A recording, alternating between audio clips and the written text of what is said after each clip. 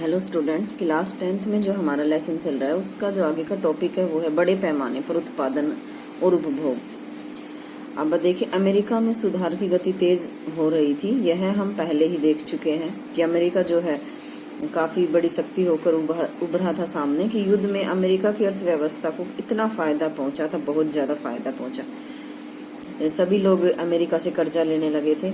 अब जो अमेरिका था वो कर्जदाता बन गया था, तो कर्जदार ना होकर कर्जदाता बन गया था। युद्ध के बाद कुछ समय के लिए तो अमेरिकी अर्थव्यवस्था को भी झटका लगा, लेकिन 20 के दशक के शुरुआती सालों से ही अमेरिकी जो अर्थव्यवस्था थी तेजी से तरक्की के रास्ते पर आगे बढ़ने लगी। अमेरिका में अर्थव्यवस्था में 1920 के दशक में काफी बड़ी मात्रा में बढ़ोतरी का चलन रहा।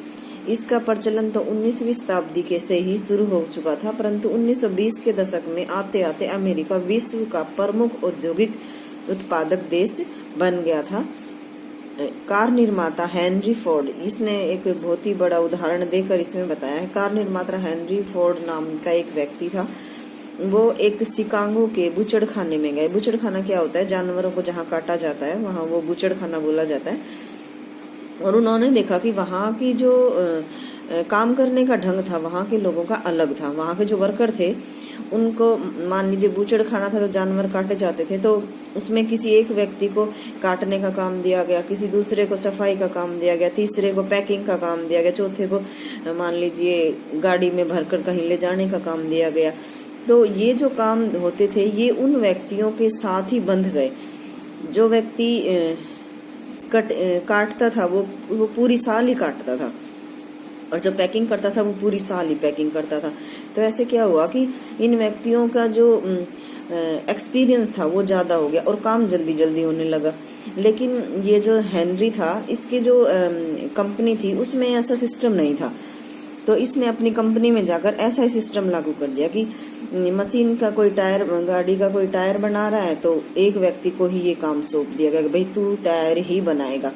दूसरे को, जैसे किसी का उसका कोई और स्पेयर पार्ट है वो बनाना है तो बोला भाई तू इसको ही बनाएगा। इस तरह से मतलब इसने ये बूचड़खाने का उदाहरण लेकर और इसने अपनी फैक्ट्री में ये लागू कर दिया। अब इसको देखते हुए ये बहुत ही सक्सेसफुल रहा।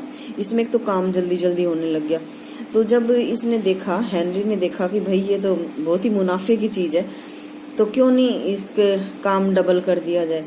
तो जब इसका काम डबल हुआ तो लोगों को बहुत ज्यादा दिक्कतें का सामना करना पड़ा, क्योंकि एक व्यक्ति को सोचने की भी फुर्सत नहीं मिलती, कुछ दूसरे काम की भी फुर्सत नहीं मिलती, वो दिन रात लगा रहता। तो लोगों ने हड़ताल की और इसका काम करना छोड़ दिया। तो इसने सोचा भी ऐसे तो काम नहीं चलेगा। उसने कहा कि मैं तनख्वाह डबल कर देता हूँ, फिर तो तुम लोग आओगे। तो पैसे के चक्कर में मजदूर फिर वापिस आ गए, लेकिन काम का लोड इतना ज्यादा था कि मजदूरों की हालत बहुत ही खराब थी, लेकिन पैसे के लिए लोग काम करने लगे थे। तो कार के ये इसमें दिखा, मशीन ढंग से बार बार करते रहना होता था उनका। काम की रफ्तार इस बात से तय होती थी कि कन्वेयर बेल्ट, ये उसी का बुचड़खाने का एक उदाहरण है, उसकी रफ्तार पर काम किया जाता था। तो जब आप इसको पढ़ोगे तो इसमें और समझाने का कुछ नहीं है, ये मैंने इसमें बता दिया।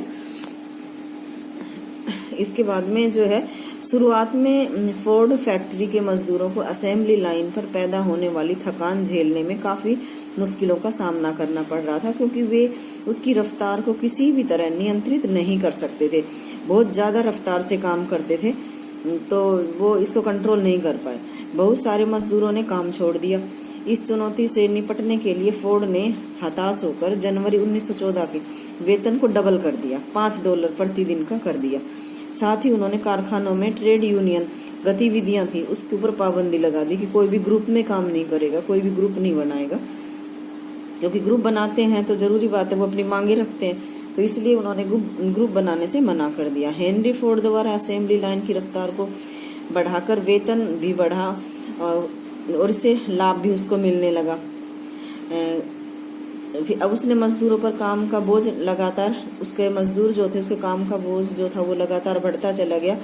इससे उसने फैसला लिया। फोर्ड बहुत ही संतुष्ट थे इस काम को देखते हुए, क्योंकि उसका तो काम जल्दी जल्दी हो रहा था, मजदूरों से उसे कुछ लेना नहीं था। कुछ समय बाद उन्होंने कहा कि लागत कम करने के लिए अपनी जिंदगी में उन्होंने इससे अच्छा फैसला कभी नहीं लिया।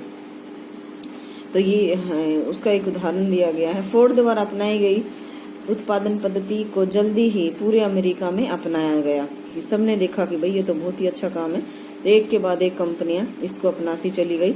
20 के दशक में ही यूरोप में भी उनकी नकल की जाने लगी।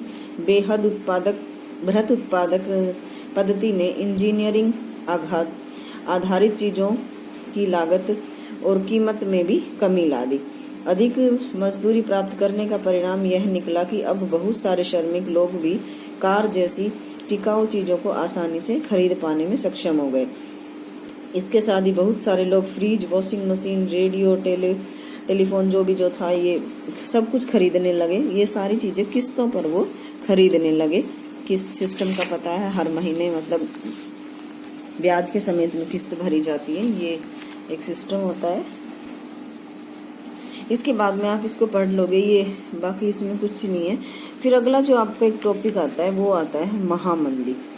वेरी इंपॉर्टेंट है ये, इसको पढ़ना बहुत जरूरी है, इसको समझना भी जरूरी है कि ये महामंदी क्या है। महामंदी नाम से ही जाहिर है कि कोई चीज है और मंदी है वो, लेकिन उसकी रफ्तार हद से ज्यादा कम है, स्लो मोशन में है बिल्कुल महामंदी। विश्व की अर्थव्यवस्था में महान आर्थिक मंदी 30 के दशक के मध्य तक बरकरार रही। 1930 तक ये बरकरार रही, यद्यपि उसकी शुरुआत 1929 में हुई थी। इस समय विश्व स्तर पर रोजगार, आय, व्यापार आदि में कमी दर्ज की जाने लगी। जो भी रोजगार था वो भी कम हो गया, आय भी कम हो गई, व्यापार भी कम हो गए। इस मंदी का समय और असर सब देशों में देखने को मिलता है, लेकिन आमतौर पर ऐसा माना जाता है कि कृषि क्षेत्र और समुदाय पर इसका सबसे बुरा असर पड़ा। किसानों पर और समुदाय के लोगों पर सबसे ज्यादा असर, सबसे खराब असर इनका रहा। ऐसा इसलिए हुआ क्योंकि औद्योगिक उत्पादकों की तुलना में खेतीहर उत्पादकों की कीमतों में ज्यादा समय तक कमी रही। ज्यादातर टाइम जो है उनका ये सबसे ज्यादा कृषि उत्पादकों में रहा। इन महामंदी के कई कारण थे, यह हम पहले ही देख चुके हैं कि युद्धोत्तर विश्व अर्थव्यवस्था इतनी कमजोर थी कि पहला कारण यह था कि कृषि क्षेत्र में अति उत्पादन की समस्या बनी हुई थी। विश्व युद्ध के बाद में कह रहे हैं, कृषि उत्पादन की गिरती कीमतों के कारण स्थिति और खराब हो गई। कीमतें गिरी और किसानों की आय घटने लगी, तो आमदनी बढ़ाने के लिए किसान उत्पादन भी बढ़ाने लगे। कि जब कीमत बढ़ गई तो उन्होंने कहा कि चलो कोई बात नहीं, कीमत घट गई तो क्या है, हम सामान ज्यादा कर लेते हैं, इससे हमारा काम चल जाएगा, ताकि कम कीमत पर भी सही उनको पैसा मिल सके, लेकिन ज्यादा माल पैदा करके वे अपना आय स्तर बनाए रख सके, इसके लिए वो उत्पादन ज्यादा करने लगे थे। फलस्वरूप बाजार में कृषि उत्पादों की आमद और भी बढ़ गई, क्योंकि सभी के सब जितने भी व्यक्ति थे सभी बहुत ज्यादा कृषि करने लगे और सब बाजारों में लाकर ढेर लगा दिया, और फिर बाजारों में हर जगह चीजें मिलने लगी। तो जरूरी बात है कीमत तो गिर जाएगी। जब बहुत ज्यादा चीजें मिलती है, मात्रा में ज्यादा होती है, तो कीमत गिर जाती है। कीमतें और नीचे चली गई। खरीदारों के अभाव में कृषि उपज पड़ी सड़ने लगी, वहां उससे भी बुरा। दूसरा कारण, संसार के बहुत सारे देशों के द्वारा अपनी निवेश संबंधी आवश्यकताओं को पूरा करने के लिए 1920 के दशक में अमेरिका से कर्ज लिया था। जैसे हमने पहले पढ़ा था, अमेरिका जो है वो सबको कर्ज देता था। अच्छे दिनों में अमेरिका से कर्ज जुटाना आसान था, किंतु संकट के समय अपनी कठिनाई महसूस करते ही अमेरिका उद्यमियों ने होश उड़ गए। उन्होंने देखा भाई ये तो किसी भी लोग के पास पैसा नहीं था, ये हमारा कर्जा वापस कैसे देंगे। 1928 से पहले 6 माह तक विदेशों में अमेरिका का कर्ज $1 अरब था। साल भर के भीतर यह कर्जा घटकर केवल चौथाई रह गया। जो देश अमेरिका कर्ज पर सबसे ज्यादा निर्भर थे, उनके सामने गहरा संकट आकर खड़ा हो गया। इससे आगे का हम कल पढ़ेंगे।